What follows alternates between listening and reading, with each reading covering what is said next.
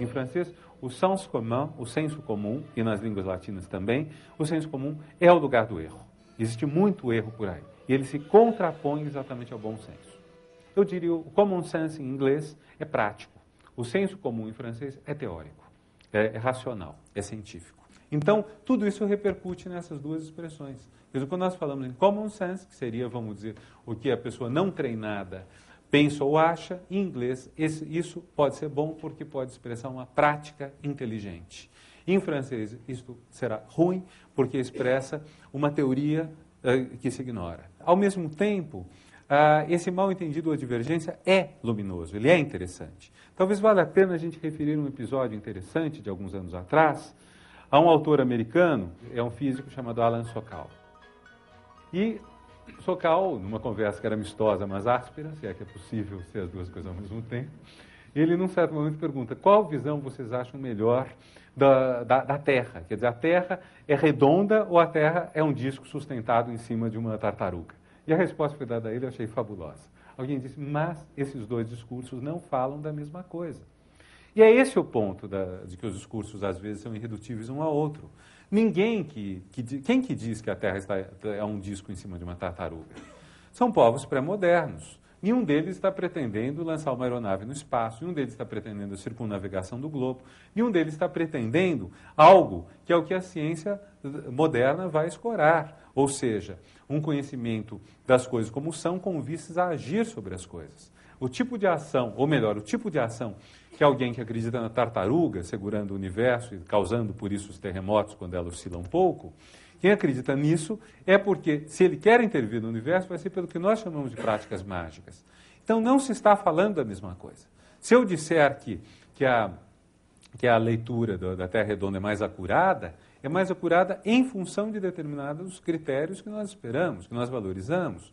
Mas o índio ou o outro povo que acredita numa outra visão do universo, para os objetivos dele, provavelmente a sua leitura é mais acurada. Se você introduzir esse mundo desencantado da Terra redonda, da latitude, da longitude, etc., você inviabiliza a magia dele, o que talvez seja uma magia eficaz, além do mais. Então, quer dizer, é muito difícil nós estabelecermos qual discurso será superior ao outro. Há uma ideia forte de constituir valores universais.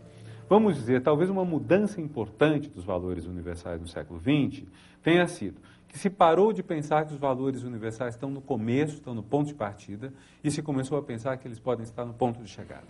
Isso é uma mudança fantástica.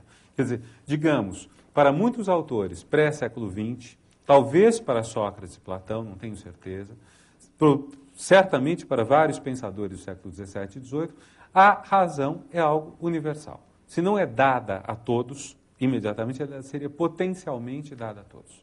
Quer dizer, aqueles que não a têm é porque não tiveram educação adequada, ou porque são loucos, ou porque são crianças, ou porque têm alguma deficiência que os impede de chegar à razão, a condição servil, a condição feminina, a histeria. Esta visão, que eu estou assim esboçando rapidamente, acaba trazendo um resultado também, que é o do estabelecimento dos que têm razão e daqueles que não têm, daquelas culturas que talvez não façam parte da razão, ainda não fazem parte. Quando nós falamos de pensamento primitivo, ou, aliás, quando Lévi-Brühl, no começo do século XX, fala em mentalidade primitiva, vejam o termo, não é nem pensamento, é mentalidade, é uma coisa tosca. E a primitiva, que é um termo depreciativo. Veja que Lévi-Strauss, que tem com Lévi-Brühl metade do nome em comum, quando ele escreve um livro para tratar de um assunto parecido, ele chama de O Pensamento Selvagem. Mentalidade ele transforma em pensamento, dá uma ascensão, e primitivo ele transforma em selvagem, que é também uma valorização. Mas do ponto de vista daqueles que consideram que há uma mentalidade primitiva, ou que há uma condição histérica à qual tendem as mulheres, ou uma limitação dos africanos para pensar, como dizem aqueles rapazes americanos que falaram na curva do sino uns 10 anos atrás, para quem os negros seriam muito bons realmente para dançar, para fazer esportes, mas não para pensar. Quer dizer, quando há esse tipo de viés, o ponto que nós estamos tendo é que algo está sendo apresentado como universal, que é praticado, na verdade, por poucos, os brancos de idade adulta, do sexo masculino, mas que valeria para todos. Isso, por extensão, o que vamos chamar de etnocentrismo. Quer dizer, determinados valores são impostos a todo mundo.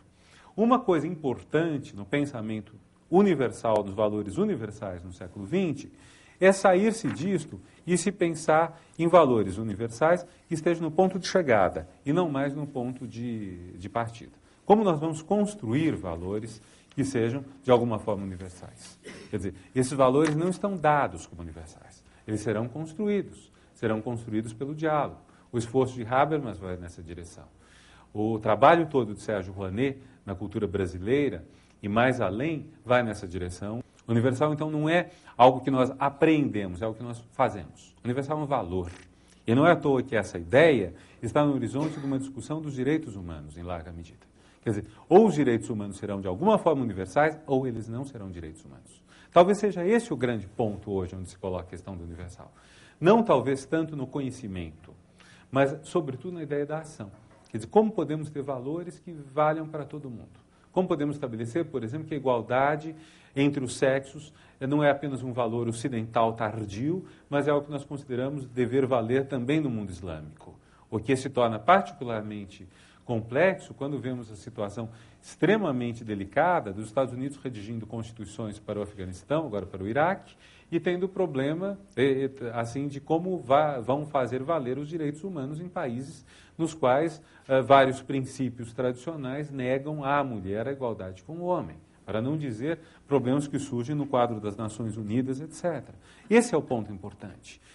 Como construir valores que sejam universais? Se nós vamos considerar hoje que o mal-entendido é fundamental, que a dificuldade de construir o universal não é apenas episódica, mas é de base.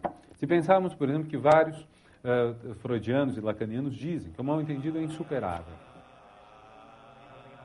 Quer dizer, certamente não divergimos sobre a hora que é agora, onde estamos, etc. Mas uma vez as coisas começam a tornar-se mais essenciais, o mal-entendido fica muito grande. E no valor que atribuímos às coisas, no diálogo. Quantas relações não se partem com base em mal-entendidos, e mal-entendidos que em certos momentos são insuperáveis, mal-entendidos que não há como resolver, que não há como esclarecer, não há como dizer a verdade uma vez que o outro não aceita isso como verdade. Não há como dizer algo quando surge essa destruição, esse corte, que talvez seja constitutivo da comunicação humana. O que significa que, por mais que nos esforcemos para trazer à luz, para nos entendermos, para comunicar, e estamos falando de um ambiente que boa parte aqui lida com comunicação, um lado de ruído extremamente forte é irredutível. Um lado de ruído que faz que o que comuniquemos é difícil. Quem faz publicidade ou quem simplesmente escreve sabe disso. Sabe das coisas que chegam erradas, das coisas que são mal percebidas, das comunicações que não dão certo, ou simplesmente do erro. A construção do universal é muito positiva como valor, mas ela é impossível como algo pleno. Não dará plenamente certo. E o problema que está aí não é um problema simplesmente de teoria do conhecimento ou de teoria do ser, ou seja, do objeto que estamos conhecendo ou do nosso modo de conhecer. O problema está na ação. Quer dizer, à medida que agimos, estamos tentando construir valores universais. E à medida que agimos, nos damos conta também do descompasso que há entre o que nós dizemos, o que nós queremos e o que os outros dizem, o que os outros querem. Talvez isso esteja ligado ao enfraquecimento maciço que ocorreu ao longo do século XX dos valores que antes eram tidos por absolutos. Basicamente três: a verdade, o bem e a beleza. Em larga